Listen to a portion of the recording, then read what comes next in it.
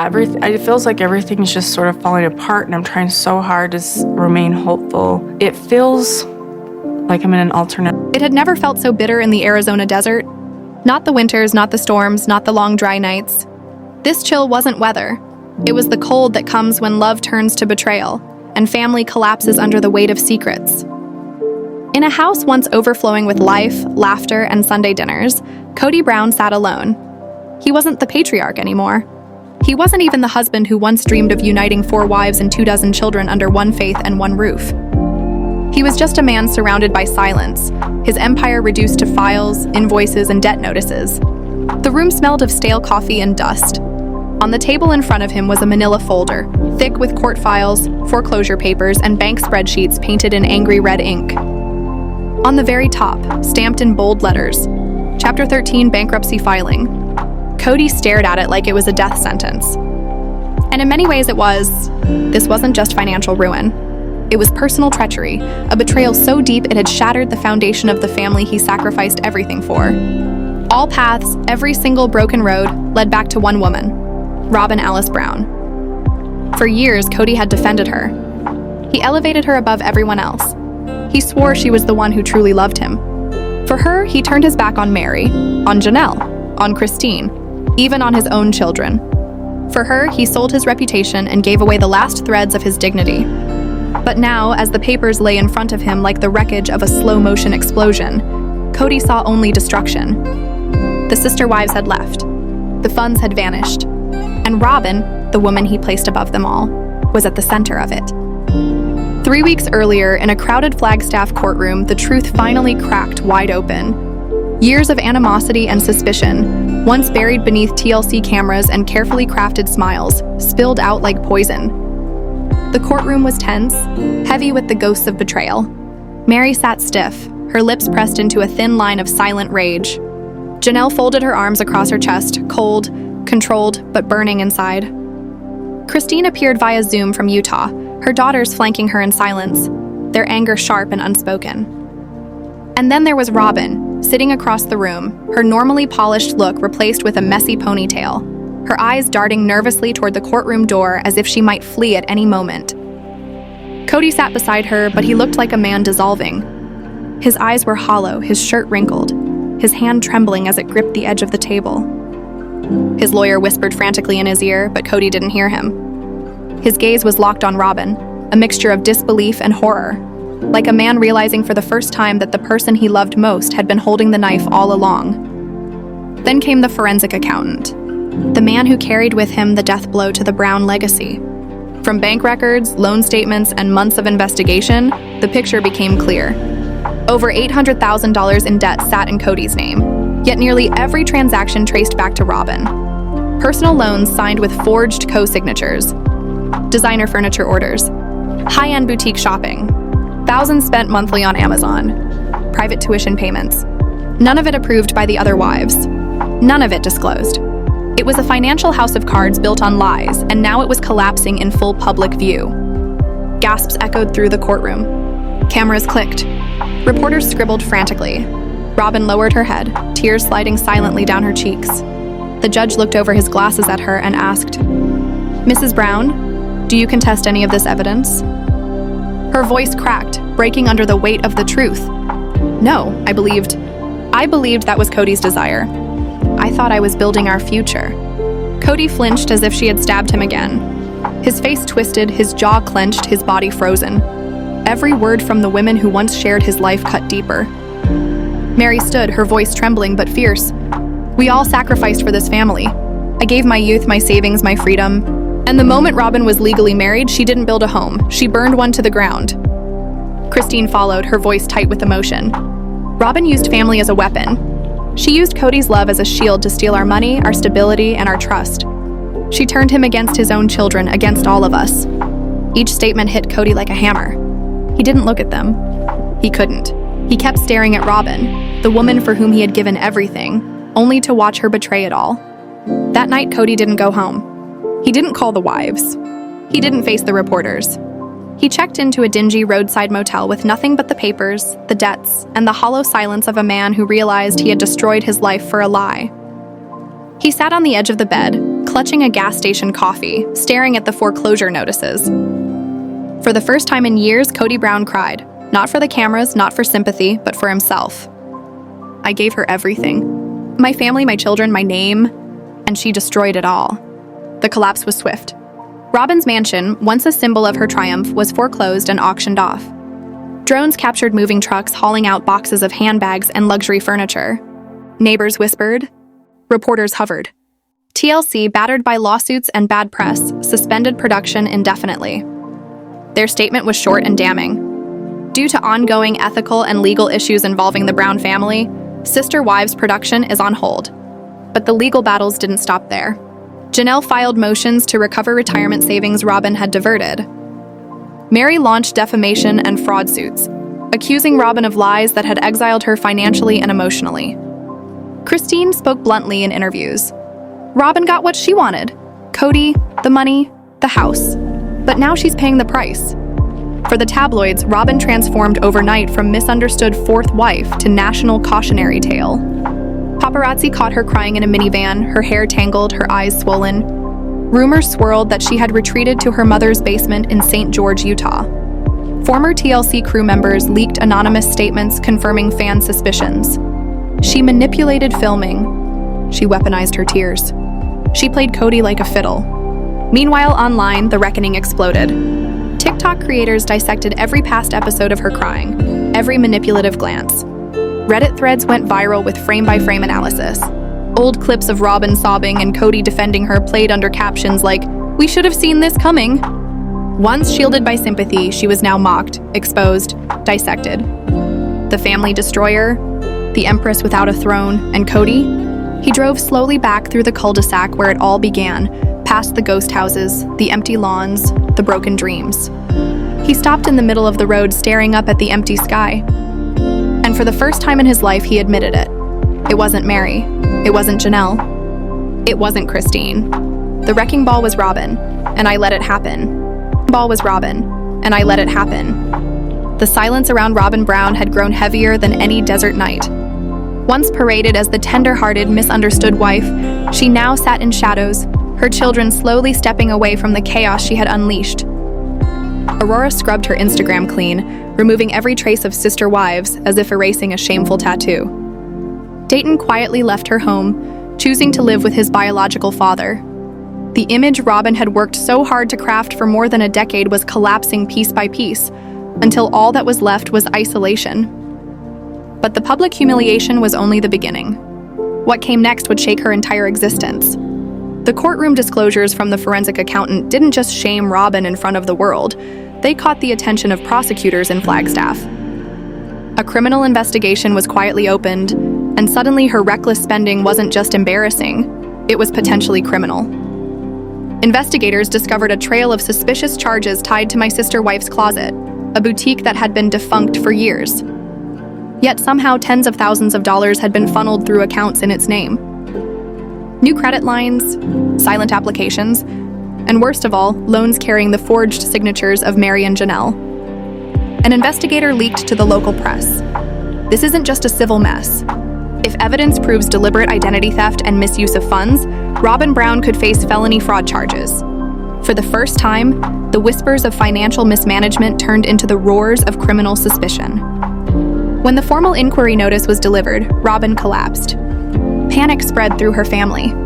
Her mother frantically called Kody, begging him to step in, to shield Robyn as he always had. But Kody didn't answer. He had stopped answering. The man who once swore that Robyn was his soulmate was now silent, vanishing from her world at the very moment she needed him most. Kody himself had become a ghost walking through public shame. The patriarch who once strutted with golden curls and bravado now skulked from cameras. Desperate to salvage his name, he sat for a local podcast interview. It backfired instantly. His weak defense, "I was just trying to protect my family. I thought Robyn was stable. I didn't know what was happening behind my back," only fueled public outrage. Fans were merciless. "You abandoned your children for her tears." "Kody, you're not a victim. You're an accomplice." His grown kids chimed in too. Gabriel went live on Instagram and called out both Kody and Robyn for the years of neglect and emotional damage. Gwendolyn didn't hold back either. I used to think Robyn stole my dad. Now I see he handed himself to her on a silver platter. Cracks in Kody's armor grew deeper. For the first time in years, he reached out to Mary, requesting a meeting at her Utah bed and breakfast. She agreed, but when he arrived, there were no hugs. No warmth. She didn't even invite him inside. She stood at the doorway, arms folded, eyes cold. "Kody, you want forgiveness?" An unearned apology is the first step. And then, without another word, she shut the door in his face. Christine, on the other hand, had never seemed brighter. Utah's greenery had replaced the dry dust of Flagstaff in her heart. Her children thrived. Her new fiancé David became the rock she had prayed for all her life. When asked on Good Morning America if she would help Kody now that he was floundering, her laugh was sharp, but not cruel. "For years I begged him to see the damage, to stand up for his kids. He chose Robyn instead. I've made peace with that. I don't have to save him. Nobody does." But then came the leak that tore the last veil away from Robyn's carefully maintained image. A disgruntled former aide released a collection of handwritten letters and private journal entries belonging to Robyn. Pages and pages of words revealing strategies, manipulations, and cold calculations. One chilling line read, "Mary's loyalty will never be real. Kody listens faster when my tears are ready. If I can push the others far enough, maybe they'll leave on their own." The internet exploded. The emotional wife once portrayed as overwhelmed and fragile was revealed instead as a tactician, carefully maneuvering to eliminate her rivals and secure her throne. TikTokers tore apart every note, pairing them with old episodes that seemed to prove her schemes. Reddit threads dissected her journal line by line. The sympathy she had once weaponized vanished overnight. Kody, meanwhile, was devastated. Friends whispered that he muttered, "I didn't know. God help me, I didn't know." But by then, the damage was irreversible. Mary and Janelle filed separate civil lawsuits against Robyn, demanding repayment for years of stolen retirement savings and fraudulent debts. Her legal team scrambled like amateurs drowning in quicksand. And then came the moment even Kody couldn't ignore. He finally severed all ties. For the first time in 14 years, he split his finances from Robyn's, filed personal bankruptcy, and signed away rights to what little remained of their joint assets. Stripped of television income, he returned to part-time construction work, the first real job he'd held in nearly a decade. The cul-de-sac, once a reality TV empire, now stood empty and lifeless. The quiet broke Kody's pride. One lonely afternoon, he visited the grave of his son Garrison. There were no cameras, no wives, no Robyn. Just a broken man kneeling in dry grass whispering, "I should have been there for everyone. I'm sorry." He stayed for hours, clutching the headstone, a father finally admitting what years of pride had denied him. A week later, he posted a cryptic message on Instagram. "It's not about sister wives anymore. It's about trying to rebuild the shards that remain. I don't know who I am, but I know who I was not." He turned off the comments. For once, it seemed Kody Brown wasn't speaking to the world. He was speaking to himself. Then came the bombshell that ignited national headlines. A sealed filing appeared in the Flagstaff courthouse. Rumors swirled. Reporters whispered about probable cause, forged signatures, wire fraud across state lines. Within hours, Robyn Brown's name appeared on a criminal docket. A federal investigation was now underway, probing whether she had fraudulently secured credit under false pretenses using her defunct company. Prosecutors accused her of leveraging Mary and Janelle's credit scores without consent, crossing state lines and triggering federal wire fraud statutes. A preliminary arrest warrant was signed pending a grand jury indictment. Cameras captured the moment paparazzi spotted Robyn outside her mother's basement apartment in St. George. Disheveled, clutching a rosary, she sobbed uncontrollably, muttering prayers as her lawyer broke the news. For the first time since her rise to power, no one was shielding her. Kody never came. He didn't call. The man who once declared her his eternal soulmate had already left her behind. Then, as if fate had been waiting, Mary Brown's memoir hit shelves. Ghost Wife: How I Survived Love, Lies, and Legal Betrayal. The timing was brutal. The book rocketed to the top of bestseller lists. In searing detail, Mary recounted how Robyn had manipulated filming schedules, cornered Kody into isolation, and even encouraged him to cut ties with Mary after the infamous catfishing scandal, not out of protection, but control. One chilling passage left readers gasping. "You had your decades," Robyn told me once. "It's my turn now. I will be everything to him, and you will just be part of the story." The media erupted. Interviews flooded the airwaves. Mary's calm but scathing revelations painted Robyn as the villain fans had long suspected. And Kody? He remained silent, his voice absent from the firestorm. For once, his silence spoke louder than any words. The memoir was no longer just a book, it was a revolution. Mary Brown's ghost wife, How I Survived Love, Lies, and Legal Betrayal exploded across every platform. Rolling Stone, Variety, The View, Good Morning America, all couldn't get enough of her words. What was once the quiet sorrow of a forgotten wife had become the voice of vindication. At book signings, fans stood in endless lines, clutching copies like scripture. TikTok lit up with clips of readers reciting her sharpest passages, dissecting her accusations, and cheering her courage. Mary was no longer a ghost in the background. She was a truth-teller, a survivor, and a bestseller. For the first time in years, her name wasn't whispered with pity, but shouted with respect. While Robyn's world crumbled and Mary's soared, Janelle quietly built her own empire. From the ashes of bankruptcy, she rose like a phoenix, launching her digital brand True Roots Collective. What started as a modest blog on budgeting, RV living, and nutrition transformed almost overnight into a movement. Her raw posts about surviving financial ruin and escaping narcissistic abuse went viral. Millions of women followed her within weeks, drawn to her message of resilience and freedom. Soon, she was selling ebooks on financial self-defense, digital planners for escaping toxic households, and wellness seminars that sold out instantly. Her very first podcast, titled When I Gave Robyn My 401k, hit #1 on Spotify within 48 hours. Her followers called her a financial warrior and the Phoenix Mom. And though she never named Robyn directly, her words cut sharper than any lawsuit. Some women steal with a smile. They use tears to hide their lies. You cannot fix that, but you can leave and build something better. The line spread across Instagram like wildfire, a dagger cloaked in wisdom. Christine, now legally married to David Woolley in Utah, watched from a distance. For years, she had begged Kody to see the truth, warned Robyn that no approval from one man was worth burning down a sisterhood. Neither listened. Now she lived in peace, her girls thriving, her marriage steady.